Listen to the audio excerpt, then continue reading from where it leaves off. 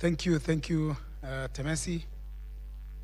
I think they have promoted you. According to my speech drafters, you're no longer chair but president of the Association of Professional Broadcasters, Ms. Tabitha Mutemi, who actually has ably welcomed us. Colleagues from the ministry and the state agencies present, friends and obviously media operators and media professionals from across the continent, East Africa, and broadly across Africa, and in fact the globe. Because I saw the Russian representation here, I saw the French representation, and obviously a few other international media agencies. I want to ride on the protocols already established by, first of all, really thanking Tabitha and your team for obviously being the able hosts and coordinating this great event.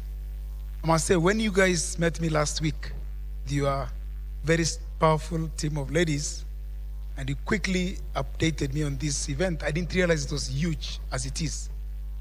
I really want to congratulate you, obviously, for pulling a good one for broadcasters. So for me, joining again colleagues who have spoken ahead of me, to welcome all of you, especially the non-Kenyans to Nairobi, to Kenya, for the 5th East Africa Broadcasters Convention.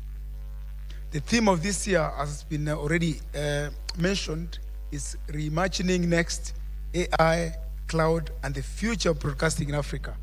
And like Omoyo said, it's actually not the future, it's actually the present. Because now when we talk about the AI, digital and all that, it's no longer what people were saying 10 years ago, that digital is coming. It is actually here. So it's actually the present. This is actually significant as Africa navigates the rapidly evolving digital era. Broadcasting across Africa, and indeed the world, is entering, or in fact has entered, an era that is actually not only defined by transmission infrastructure, and as many of you will know that if you had a mast in a location, you had a monopoly, then you really monopolized what you could actually do. That all has now been demystified. Increasingly, data, cloud computing, artificial intelligence, which we'll speak about, and digital platforms are actually reshaping how content is created, distributed, and consumed. So there's a total shift. And I remember we were just conversing with colleagues a few minutes ago, about a decade ago, and it just looks like yesterday, when many of us were agitating for digital migration to happen. My predecessor, who was actually then Principal Secretary in Kenya, Dr. Bitange Ndemo, actually said digital technology will be one of the most disruptive developments of the 21st century. He was saying that about 2015, just around about when we were actually switching off the analog TV, switching obviously into digital migration. And obviously many of us know what happened. There was a lot of resistance. There was even cases all the way to the Supreme Court about 3 times stopping digital migration. But the government of the day, and obviously the people who had actually responsibility for technology and all that, knew where the future was. And Kenya actually pioneered in that space. We were the very first country across the continent to switch off all analog TV in 2015, December, I remember, after the last ruling of the Supreme Court. The rest is history.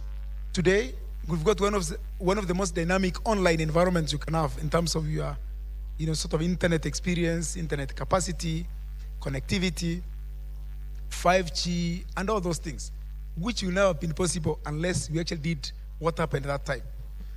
So today, the government of Kenya recognizes broadcasting and telecommunications as key enablers of digital superhighway and the creative economy, which in fact is one of the 5 pillars of the 5th administration. So if you look at what the government is actually focusing on in terms of our drive and delivery, the digital superhighway and creative economy is actually one of the 5 pillars. There's so many other things the government will have been focusing on. They said digital, digital, digital. And obviously, at the end of laying this superhighway, or digital superhighway, you then need creative economy because you need content to run on that pipeline. That really is underpinning the bottom-up economic transformation agenda, which really talks to where the future is going. And our policy direction remains focused on expanding our digital infrastructure, which is actually accelerating rapidly because we are looking at Fast Phase, for example, doing about 100,000 digital cable across the country, not just in Nairobi or Mombasa or the big cities, but in fact spread across the country, the deepest rural areas. And then not so many people are privileged as we are having sort of connected devices. So we're also establishing digital hubs in the villages. All the wards in the country having digital hubs with computers where the youth will then go in and start getting digital skills. And in addition to that, we're also establishing another 5,000 free Wi-Fi hotspots, especially in public places. We talk about markets, we talk about public hospitals, public sort of schools, so that those who really need connectivity can easily access this space. And it really talks to strengthening connectivity, supporting innovation ecosystems, and creating an enabling regulatory environment that allows media and the creative industries to thrive responsibly within a digital economy, which in fact is now what we are creating. Kenya's digital ecosystem continues to actually expand. Our mobile connectivity, for example, mobile telephony, over 62 million mobile subscribers, against a population of nearly 50, tells you we actually have more than double registration for so many of us because people actually want to be online. This has been driven by, obviously, the expansion of 5G and all this sort of connectivity. There's been a surge in data consumption, which in fact points to one of the highest, not just in Africa, but globally. And expanding digital infrastructure is fundamentally transforming media consumption patterns, particularly among the youth, who in fact always are going mobile fast. If any of you have millennials, or these Gen Zs, and all these dynamic youth, you'll actually know that for them, life is on mobile. Everything happens on mobile. Their social media handles, their news spreading, anything and everything. So that is also the case with broadcasting. Across Kenya, East Africa, of course Africa, seeing a shift away from legacy broadcasting, which was actually very infrastructure-led. If you had your masts all over the place, then you knew you had the market, towards a cloud-enabled, platform-driven ecosystem that's actually obviously shifting everything. Cloud technology allows local broadcasters to scale operations dynamically and lower overhead costs, presenting enormous opportunities to actually compete effectively within regional and global markets. And I think the exhibitors out here did speak to us that in fact, you no longer need to actually invest in hardware. You know, all the sort of storage stuff or masts and all the hardware. You actually need content, and the rest you can actually then ride on established infrastructure, including a lot of it on the cloud now, and a lot of it bringing efficiency. I saw a lot of technology talk about compression and all those things, really meaning cutting costs, bringing efficiency, and enabling anybody wanting to play in this space to actually play. Artificial intelligence is equally transforming broadcasting value chain, from automated subtitling and real-time translation in African languages. And many of you know, for example, when you're actually watching either Nigerian movies, I don't know that there are Nigerians in the room, or even, in fact, Indian sort of novellas and all that, or even Mexican, you are struggling to follow the subtitling with the actual video. But now with AI, that's all a thing of the past. It's actually so synchronized that you think it's actually the original production. So we're having things like metadata tagging and audience analytics. AI is creating totally new possibilities for efficiency and audience engagement. And in terms of statistics, it's actually indicated that with AI, with the emergence of AI, the entire ecosystem is actually going to almost quadruple from about 4.5 billion US dollars to about $16.5 billion by 2030. Then telling you that there's a huge scale that's coming in terms of content, in terms of the entire value chain and activity in our space. Indeed, for us in Africa, the future of AI in broadcasting cannot simply rely on imported models and external realities.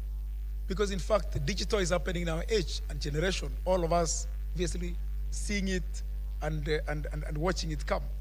So we must intentionally build systems that understand African contexts, languages, and cultures. AI must help preserve and amplify our indigenous narratives, not dilute them. This is particularly important in a continent as culturally rich and linguistically diverse as ours, where technology must serve as custodian of our heritage rather than an agent of cultural harmonization. At the same time, the rise of AI and cloud technologies introduces critical policy and governance considerations. Issues of data protection and data sovereignty, huge, because in fact, the entire AI is underpinned by data. So the day you let go your data, or your data is actually either mined, owned, or warehoused by someone else, is literally like you're banking your money with someone where you have no control. So ensuring that first, we're building our data capability in terms of generating and the storage, obviously ensuring that we can then intelligibly use that data to socialize our own stories and our own African content. Intellectual property rights, platform accountability, and cybersecurity and ethical AI deployment require proactive, collaborative, regulatory responses, and that's where we come in. As government, we're actually actively advancing national AI governance frameworks, and like I said, we're actually at the moment, we have an AI sort of a strategy that's in place, more like scanning the environment to see where is this animal going, because it's very, very early days. And then we'll actually, obviously, in consultation with the wider stakeholders, start developing an AI strategy and also policy to ensure that the country is ready to have new opportunity, that we are actually not left behind the globe as the rest of the world shifts and is driven by AI. So recognize that I'm actually talking to broadcasters in the room. We must also recognize that the future broadcaster will require fundamentally transformed skill set. The skills, and some of them were actually shown out here with all those previous sort of tapes and all that, is actually obviously overtaken. The future is obviously very AI-led, very digital-led, very data-led. And IFC has actually indicated, the International Finance Corporation, that about 230 million jobs in sub-Saharan Africa, where we belong, will actually all be digital or need digital skills by 2030. That's just like 4 years from now. So media professionals of tomorrow or even today will operate at the intersection of journalism, technology, data science, and digital production. This makes digital skills development and continuous capacity building absolutely essential for the sustainability and competitiveness of Africa's media industry. So really, digital is here, and we have to make sure that we have actually all transformed or ready for it. The opportunities before us are far too significant for a fragmented approaches. And that's why I'm glad that as broadcasters, investors, and operators in Africa, you've actually come across to actually gather together and share best practices, understand what's coming, and also learn from each other and embrace technology as it comes, so that we are actually not left behind when the rest of the globe is actually making progress.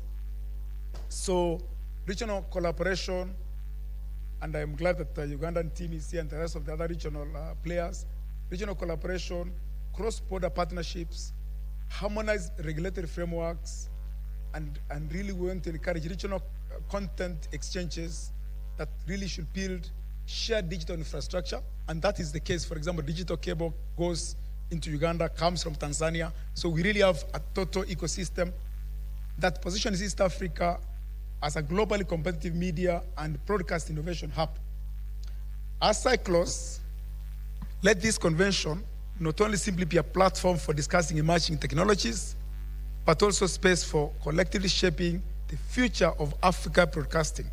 The future of media in Africa must be innovative, inclusive, trusted, and proudly African. Together, let us proudly reimagine the next chapter of broadcasting in our region. And I really want to say that I think probably this should really be the best opportunity for Africa. I think it's a century for Africa. It is a century for Africa. Because, as you know, Africa has got one of the youngest populations across the demographics. That's the reality. Of the nearly 1 billion population, almost 2/3 of it are either below 30 or younger. So they're coming in that stage when they're all digital natives. So they're all waking up, opening their eyes. They've got smartphones. They're digitally connected. And as you can see, for example, in Kenya, we're digitally sort of spreading the cable across. So with that population that's actually very empowered, very educated, and globalized, it really positions Africa to be really at the forefront in terms of, obviously, for example, the content space, leading in terms of African stories, leading in terms of telling African success stories, African innovation, and our Africanness. And obviously then also transporting our African culture across the globe. So it is the African moment, and let's use this to actually, obviously, be at par and really play our space across the other sort of broadcasters in the world. It is now my singular honor and pleasure to declare the 5th East Africa Broadcasters Convention officially open. Thank you.